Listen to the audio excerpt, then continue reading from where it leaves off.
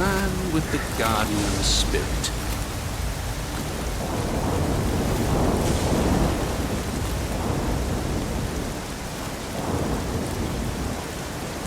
If I die, the secret of the stones dies with me. Let me show you what these stones can do. Behold.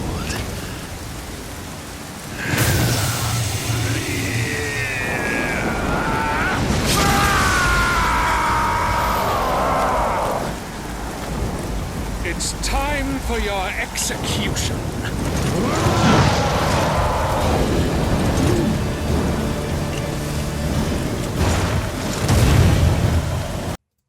The original Nioh was far better than anyone really expected.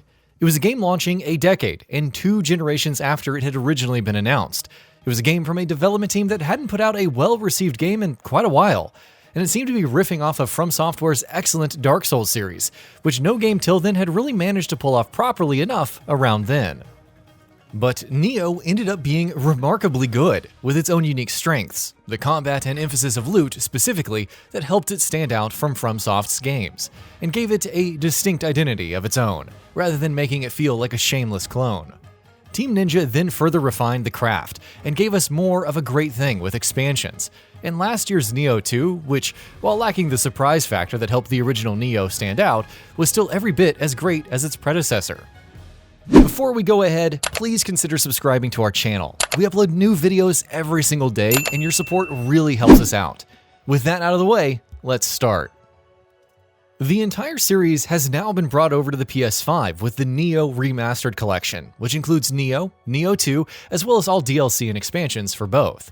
We also get 120Hz modes for the frame rate enthusiasts, a 4K mode for the image quality enthusiasts, enhanced graphics, much better load times, which is a blessing in a game that loads up every time you die, and trust me, you'll be dying a lot, and bells and whistles such as support for the advanced haptics in the DualSense controller. Understanding also that asking people to start over in games as long and hard as these ones is an unreasonable ask, the games also come with cross-save support.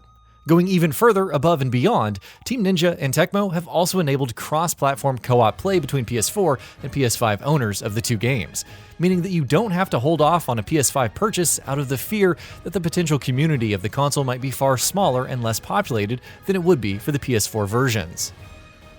On the whole then, they're pretty great remasters. The games look stunning now, to be fair, they always looked stunning, and the image quality in the 4K mode is a treat for the eyes, even though apparently the resolution is a dynamic 4K rather than being a steady hold at 2160p. I think this just goes to show how good looking the games are at their core that even such drops as there may be were barely perceptible or noticeable to me.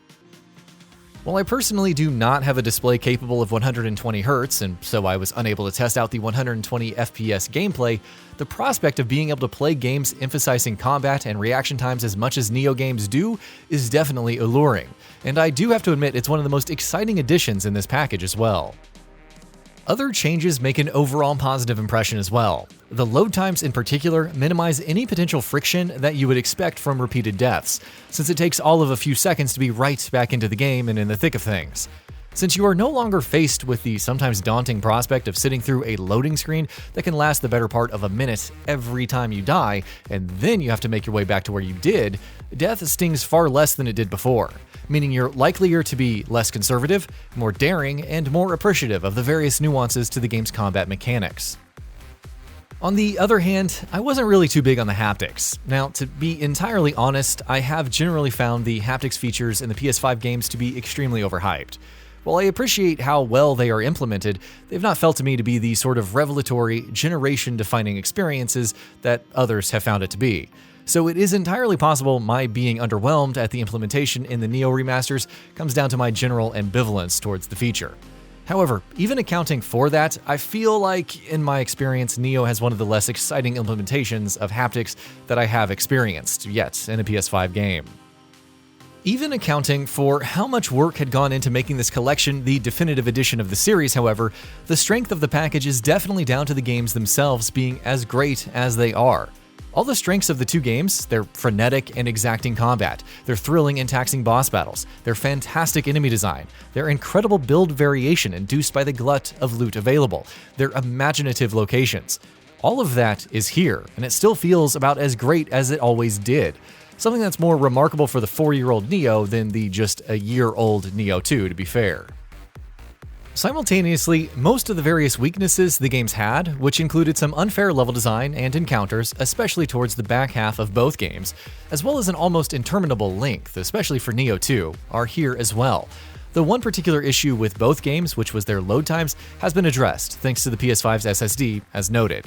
Even with their few remaining weaknesses, however, the quality of the core package, on top of the various enhancements and quality of life improvements, don't really register much, certainly not any more than they may have during your first go with these games. And that's really what it comes down to. If you weren't ever sold on Nioh before, this collection is not going to change your mind, because the games themselves are relatively untouched, beyond visual improvements and minor bells and whistles. Unless your big reason for not loving Nioh was the load times, and sure, maybe there's someone somewhere for whom that holds true, then these remasters aren't going to address your complaints. The corollary of that, however, is that if you liked these games, you're going to appreciate them even more now. This collection helps sand off some of the rougher edges the two games had, and adds enough garnishing on top that the flaws that do remain can be masked out. And what if you haven't ever played these games to begin with? Well, if you were even remotely interested, you owe it to yourself to check this series out. Nioh and Nioh 2 are fantastic action RPGs, and a wonderful take on the FromSoft Souls template, that actually do many things better than the pioneering Dark Souls series. And if you're going to try these games out for the first time, the PS5 collection is definitely the way to go. In every sense of the word, this is truly the definitive edition of these games. And with that, we reached the end of the video. Have anything to say? Let us know in the comments below. Also, we upload new videos every single day on GamingBolt, so please consider subscribing, as it really helps us out. Thanks for watching.